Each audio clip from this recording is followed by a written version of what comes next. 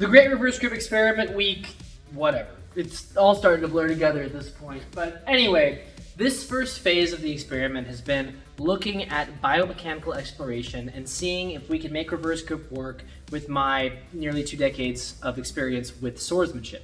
The idea being, I've been doing this for long enough that even if I don't have specific training in reverse grip, I should have the mechanical muscle memory and, coordination to make it work if it's a viable technique, or at least make it work somewhat. So that's the first phase. The next phase is going to be looking at manuals and other depictions of reverse grip that people have put out and showed that they think work, and trying to apply those, so like using somebody else's ideas. So we're kind of getting towards the end of the first phase of this experiment, or at least I don't think there's much more that we can gain out of continuing to do just the biomechanical phase. It was originally supposed to be about a 3-month part of this experiment, but I'm just running into the wall of, there's a million myths out there about what reverse grip can and can't be used for, but we're starting to just kind of do the same experiment over and over again, and they're all giving us the same result. We've tried a bunch of different things, but we're running out of material to cover, right? Like there's only so many different things I can do with the sword upside down, and none of them seem to work yet. So this is kind of be a review video where we look at all the things we've tried and the reasons they haven't been super effective so far. So let's start. So I've got my PEL here, and I'm just gonna go through some of the stuff that we've been working on to see if any of it works. First, we're just looking at reverse grip, just holding it and seeing how that looks. And right away, we already talked about the reasons that we don't find this super effective. In a forward grip, I have reach, range, and leverage. My hand is very good at doing this motion, very good at that. It is not so good at doing this motion. It doesn't feel very good, and my reach is limited. I can extend my hand further this way, which allows for a longer reach, and from here, I physically cannot extend my arm any further than that, and this is fairly uncomfortable. I have to get closer, and again, I have very little power. I have a lot of power, so we're running into power and reach. Those are the biggest problems with the reverse grip, power and reach. The next biggest problem is the hand protection. In this position, I have a blade here that can easily protect my hand from incoming cuts. Most of the attacks that we have when we're doing sword fighting come from these angles, these upper angles, sometimes sideways. We don't have a lot of undercuts. They do happen, but it's not the normal thing that happens. These kind of upward cuts, there's a couple of things that make them, they're more like a trick you would do. They're more of something you would do, like you'd feint and come in. It's not the primary attack that you're using often. So having this here to guard from those undercuts, which it actually doesn't do very well in the first place, because the hand can't move as quick to them, is not as useful as having it up here to guard from things above. And let's talk about guards. With this guard, because my hand can very easily go up and down like this, it's a lot harder for my hand to come up this way. It can come up that way, but this isn't very comfortable, and this is much more comfortable. So I can easily, quickly get to any point of my body to guard from. And with this, I can get here, but one of the things that we run into, again, is that there's not, I've got this next to my arm now. Any bit off I am with this parry, we start to roll over and hit the hand. I don't have the same structure here. I have a lot of power in this position, and I don't in this position, so I'm running into that forearm. And we tried using the forearm to brace this. The problem is, most swords have somewhat of a cross guard. This one does. Even if it didn't, putting it on my forearm there, that's a lot of shock load into my arm. It hurts a lot. So why wouldn't I just do this where that doesn't happen? So for a guard, it's a little bit less effective. Well, it's considerably less effective because I don't have the reach that I normally would. In this position, I can guard this far away from my body fairly easily. Now I have to reach considerably farther, and it takes longer to get there. Difference being bop or bop. So blocks aren't as good, reach isn't as good, power isn't as good. We know all of that. But let's look at the other problem with reverse grip that we're finding from the biomechanical exploration, and that is the areas that I can attack with. In this position, I can attack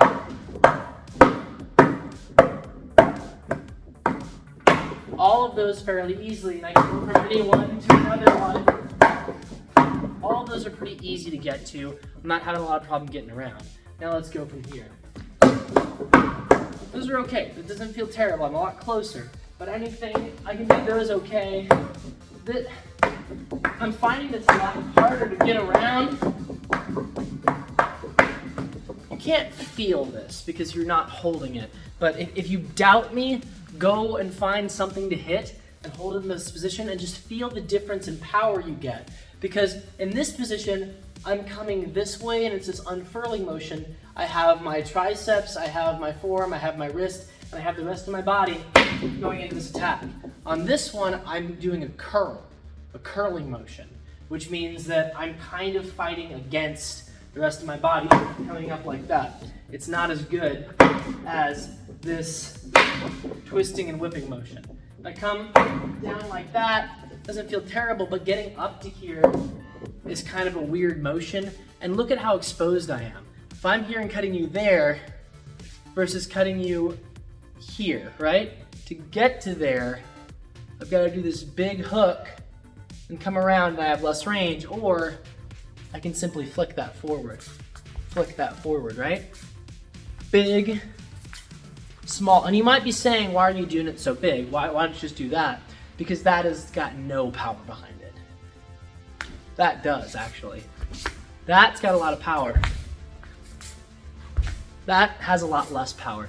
Again, you can't feel it, but go pick up something and try it. So we're just not getting the same power for the same motion. And then we look at the range. I can hit easily from there. I get the tip there. I'm getting a little bit. Feels really bad.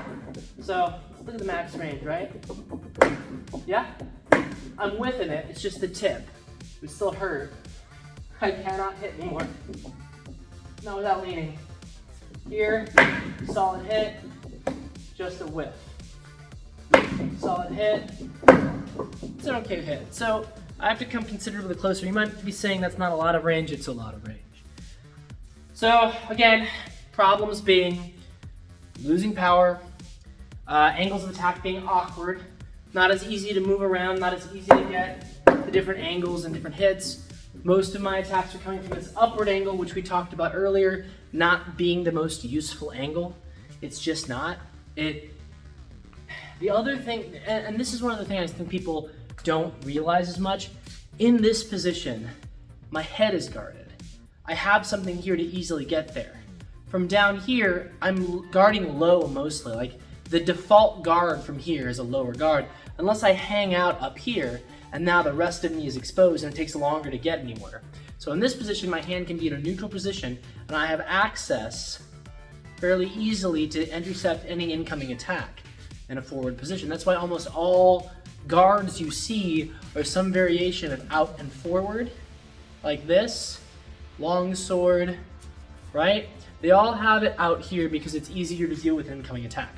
There's some Filipino martial arts that are back here, but still, I've got that up there to do something with. It's up. It's not down here. It's not here. Because now I've got to come all the way across my body to get somewhere. And if you've watched our other videos, you know that this is just very slow to parry. It's harder to get it around. One of the reasons for that is, with this, I lead with the guard, but my hand can move quicker. The tip of the blade can move to intercept, move to intercept, move to intercept. With this, the hand has to complete that motion first. The entire arm needs to move almost entirely across the body to make these parries. And I'm not just saying these things, right? I'm not just telling you this, sitting here doing this. We've been trying this for months now in fencing situations, and we're just finding that this reacts much slower. One of the biggest things that I knew I was going to encounter coming into this experiment were all of the different ideas that people had about why reverse grip could be viable. And one of the biggest ones that we saw and knew we were going to have to test was this dual wielding and reverse grip kind of thing. We gave it a good test. We did a really thorough test of it. And again, we're going to do it again. This is only phase one. This is the biomechanical phase. But the problem they had with this was that two-weapon fighting is very useful because I can block and attack at the same time. I can use single tempo actions, which means that within the span of one tempo, I can both attack and defend myself. So this having the same reach and range that this one has is very important for double weapon fighting. You don't want to have one weapon that now my defensive weapon has, like we talked about in the previous section of this video, the reverse grip isn't very good for defense. It's not very good for parries. We did a whole video on why it's not good for defense. And I just explained to you, again, that like it takes longer to get there, you have a reduced reach, you have a reduced range of where you can move it, and it's overall more cumbersome. You have less power in this hand to resist getting cut. A lot of strength. Not a lot of strength. So this is stronger, more mobile, and has more reach to go around the body. Why then would I turn it this way? What is the advantage that we have learned from the other experiments and from our other things that this is going to give me? This looks cool. It looks really cool, and it makes for some cool choreography. But other than that, this isn't very useful. I know there's a martial arts system out there that does have something kind of like this, but I've done a good amount of research on it, and what I'm seeing is it is a sword and a scabbard, where you draw the sword and you have the scabbard in your other hand, and you just don't flip it around, you fight this way. And yeah, if you've got an implement that is not a weapon, that you're not bothering to turn over and you're mostly fighting with this and using this where you can, that could be useful. I would say turn the scabbard over and have two things if you're gonna fight that way. But we also have to remember that there's a lot of martial arts out there that have some stuff in them that doesn't seem to be very effective. That specific martial art, which I'm not going to try and pronounce because I'll get it wrong, but I'll put it up here on the screen. I did do a lot of research on it, and this is not the primary way they fight. The primary way they fight is with two weapon fighting is two swords in a forward grip. This is not their primary way of fighting, and it's usually done with a scabbard. And I've seen some demonstrations of people doing it, but I've seen them doing it with kendo sticks, and that's a whole nother story. Shinai, whatever you want to call them. So I'm not convinced that this is going to work any better because, again, I have one effective weapon and one weapon that's severely compromised. So I can use this to do all that other stuff, but I'm defending with this one badly. Why not have two weapons in forward grip so I can defend and attack at the same time? Or I can do it the other way around because now I have two options to attack. One thing, so with something like rapier and dagger, really the dagger, it does have some offensive capabilities. If I get close enough to use the dagger, I could use it. But really that dagger is there only to defend. And if you're getting that close in a rapier and dagger fight, it's not very good decisions have been made on your part. So with two weapon fighting with weapons of the same length, with something like short swords, you do have two viable weapons. So I could block with this and attack with that one, or I could block with this and attack with that one. The whole point is defend and attack at the same time. But with a system like this, with two short swords that are both viable weapons, unlike rapier and dagger, where, again, rapier is the primary, dagger is mostly defensive, I don't want to handicap myself by putting one in reverse grip and making this the defensive only one, even though it's not good at defense. I want them both to be available. So now I'm more unpredictable. If an attack is coming this way, I can defend and attack, or I can defend and attack, or I can defend and attack. More options, not less options. So when we get into things like longer weapons, the problems actually become worse. One-handed longer weapons is possible. Something like this could be used, but you are losing a lot of stuff that you would have with that leverage action. And that leverage action, again, is set up for our hands, which really work in this direction because, again, the wrist moves this way, the body moves this way. I'm using more powerful structures than I am when I'm pulling up. These are more powerful structures going down. So when I turn this upside down and I use this in two hands, now I'm compromising my reach because this is a weird motion. And this is the best I can do. This extension and elongation feels really good. This doesn't feel good and it immediately gets in the way. And now we're talking again about where is the most viable attack spot. I really want to hit someone here or in the arms. That's the best way for me to end a fight, to cut the head or to cut the arms. And most of those attacks are going to come from the top down or from the side like this. Coming from up, you might hit a hand, but there's a lot of stuff that, I mean, it's very easy to block a downward attack. And the other thing about an attack that's coming from an upward angle is it's shorter. So if I see an attack coming from an upward angle, all I have to do is move back and I can attack those exposed hands. One of the biggest problems we found with reverse grip in all of our fencing was that the hands were so exposed because the cross guard and everything else is always designed on the bottom of a sword, and it's one of the primary ways you protect your hands. People have told me maybe make a design where the cross guard's on the top, and that might work, but why? There's no other reason that this is good. We haven't found any other reasons. So let's just take a look at some attacks. We've got these cuts. All of those feel really good. I like this sword. And then there's these cuts. They all feel significantly weaker, and I have to be significantly closer. And I'm losing the connection with my body that I have here, so I can chain from the top all the way to the bottom to the feet to make these attacks very powerful. With this one, I'm losing a lot of that. And I'm working against myself to raise this up and using weaker muscle systems. My core is not as engaged as it is here, and neither are my lats, which are huge drivers in these attacks.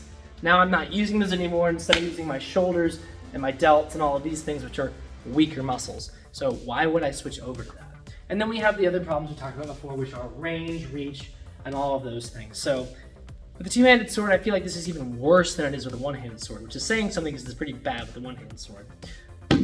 So we're not really covering any new ground today. Most of these things are things that we've discovered in the last couple of episodes of the Great Reverse Grip Experiment, but I thought it would be kind of fun to do a roundup and review of a lot of the different myths that we've been talking about. Talking about the fact that it's not very good as a defensive weapon, it's not very good offensively, it's not good when you're using one and the other in the other hand, and overall, it's just so far through this phase of the experiment, reverse grip has failed at every key point. But I'm excited to start the next phase of the experiment soonish. I think we have maybe another week of trying something with this phase of it, but soon we're going to go to the next phase of the experiment, and we're going to start studying these manuals and manuscripts and other things where people say that it does work and see if their ideas about it working are any better. I'd love to be proven wrong. I'm doing a year-long experiment to see if it works, but so far it's not looking good for reverse grip. So see you next time. Whatcha? Thank you for watching. If you enjoyed this or any of our other content, please consider supporting us on Patreon. Your support allows us to keep creating shorts, fencing videos, and our major projects. When you support the team on Patreon, you get access to behind-the-scenes content, discounts on merch, opportunities to game the crew, and so much more. Don't forget to like and subscribe to stay up to date with all the fun stuff Sellsword Arts is doing. You can even ring the bell if you really feel like it. You can also join the community Discord and chat with the crew and other cool people with similar interests. And if you don't agree with something that I've said in one of these videos, you can always fill out the duel request form and challenge me to a duel so you can prove your point. You can find our Patreon and Discord link in the description. Additional links are in our bio. Thanks for watching, guys, and we'll see you on the next video.